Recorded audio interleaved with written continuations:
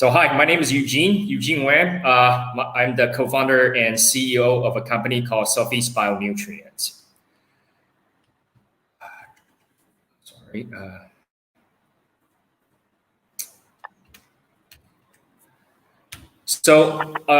Can you guys see my screen? Yeah, no? we can see your screen and we can hear you loud and clearly. Go ahead. Okay, wonderful. All right. So I started my journey because my daughter, Sophie, is allergic to the shellfish. And myself, I come from a family where we are 4th-generation Buddhism and 3rd-generation making vegetarian food. So I was trying to find a way for people to use the nutrients from the ocean without using the animal. And in fact, using this technology, we're also trying to address a few issues facing the world today, especially we saw it ever more clearly in this pandemic. That is food security, supply chain disruption, and how can we feed so many people in the future. So the conventional way of food production is more or less like this picture. Be it animal farming or modern day agriculture or even aquaculture, you all need a lot of space. And on top of that, after the food have been harvested, you need a lot of labor, a lot of people to process the foods. And then that is why all these operations cannot be done near the big cities where people actually consume it. So we end up using a lot of logistics, a lot of shipping, just to ship it back to the city for people to be able to eat it. That's why in this pandemic, we have so much problem. That's why we're suggesting a revolutionary new approach, something more or less like this one. Growing everything in the bioreactors, where you can put a lot of the microorganism or say, for example, culture meat in the bioreactors, contamination can be controlled, space footprint can be reduced, and on top of that, this can be automated easily, so you don't need a lot of people to manage the facility.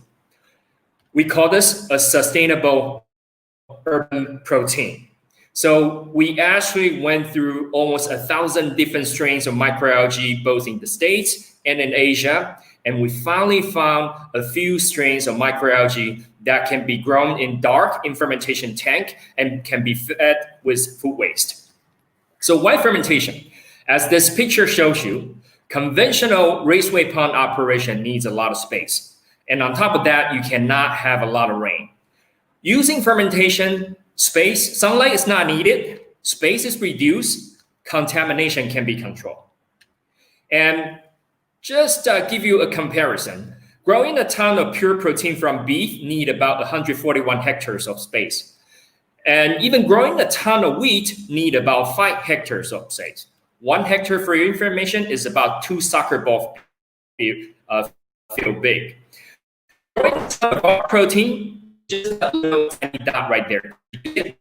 Now see it, that's only about 0.02 hectares of space. And don't forget, these microorganisms grows really fast. In our case, our microalgae just need 3 days to be harvested. Compare that to beef, 1.5 years, even soy, we're talking about at least 2 to 3 months. And because of the short cycle, we save a lot of water and energy. Really, really environmental. And the reason why we chose food waste to feed our microalgae is because of 2 very obvious reasons: reduced cost and circular economy. And the food waste that we initially chose to use is Spain grains, because obviously every city has a lot of breweries around, so we can use the Spain grains easily to feed our microalgae.